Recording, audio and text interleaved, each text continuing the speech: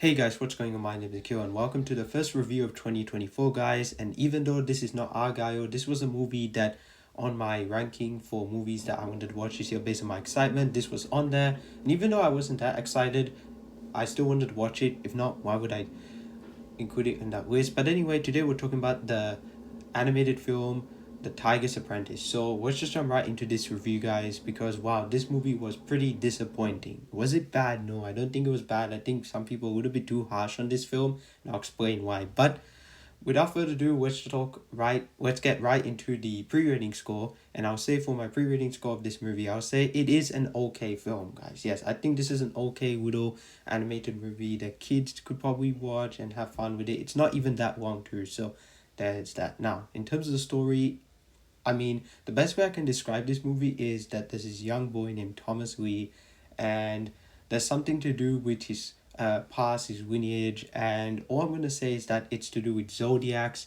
it's to do with this ancient evil, and yeah, that's all I can really say about it. I don't want to give away too much if you guys are interested, but it's really hard to actually spoil this movie because of how short it is. But Zodiac's kid lives in San Francisco and he lives with his grandma and there's ancient evil involved, and that's what I can say about the movie without giving away too much. So there's that. Now, in terms of the positives, let's talk about the animation. The animation in this movie is fine for what it's going for, but it's not the best thing in the world. And I was thinking of just saying solid animation, but the more I think about it, the animation for this type of movie actually works really, really well. I saw some reviews, people saying on Letterboxd, someone said Fortnite style animation. Yikes! That I mean, I could see why, but I wouldn't go that far because Fortnite does have a similar animation style, but that's a game, and this is supposed to be a straight to streaming type film, which I could see why they would go for this. But I also wish this was in theaters just to see how much money it would make. I mean, the reviews would probably stay the same, but money wise, I'll be curious to see how much it makes.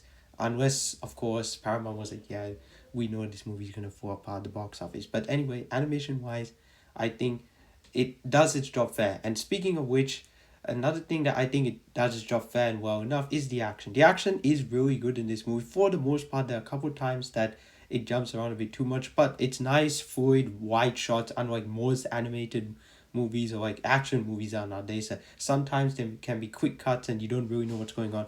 For an animated movie of this quality to have nice wide shots of the action, it's really, really great. But then again, it's animation and you can do so much with the camera and the movement and the characters movement, I would say, when it comes to action. So there's that. Now finally, I have to say the voice acting was actually pretty good too. It was nice to see and hear Henry Golding in this movie. Like I could instantly recognize some of the voice actors, and that's showing and that's saying a lot. But the best animated movies are the ones where you can't tell it's them, but sometimes the voice is so iconic, it's just hard to look away. Like Michelle Yeoh voices a character who I won't spoil in this movie, and she does a pretty good job actually. I would say voice acting, animation, and action wise, it's all there.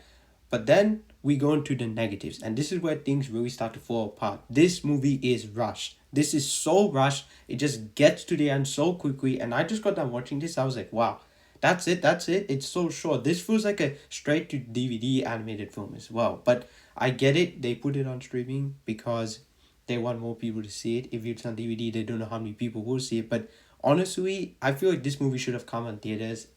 Give it a chance, Paramount. You were actually thinking, I believe they were actually thinking of releasing in theaters, but then last minute they're like, yeah, no, let's just being on Paramount. Plus, regardless though, this movie is rushed, and I did not like that at all.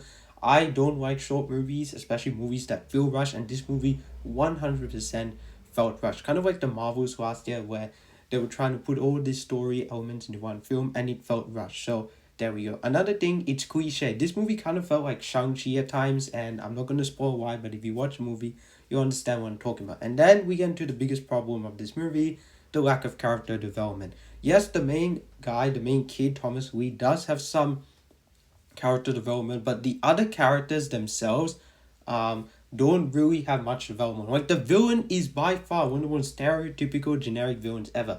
Like she does not have much depth as you probably expect her to have, but voice acting wise it's really good. It's just we needed more from her and the other characters as well. Like there's this girl who is Thomas's friend in the film, and they go to the same like high school, and she has nothing to do in this movie at all, just to be there for the ride. And she was like one of the most useless characters of the entire film, if not maybe the most useless. But guys, overall, Tiger's Apprentice, while not terrible, still had some redeeming qualities. A part of me wants to give this a 5 out of 10 because of how disappointing it was, but I can't give it that rating, because honestly, the more I think about it, the action, animation, and voice acting did really save this movie. Even though the story wasn't all quite there, even though it did feel cliched, there was lack of character development, and it did feel rushed, for the most part, I do think it's better than most of these stereotypical generic animated movies we've gotten.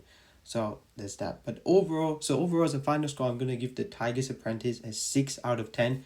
I do think it's kind of worth watching, but I wouldn't highly recommend it. But guys, those are my thoughts on the film. Next up, probably Argyle, if not Dune Part 2. Also, my One Piece reviews will probably be coming in the next month or two, just because I'm working through my way through Stargate SG1, and I've also finally started Atlantis. So there's that. But guys, that's all I have to say for now. Thank you guys so much for watching. Don't forget to like, comment, and subscribe to my channel. My name's Akil, otherwise known as the Comic Director, and I'm signing out.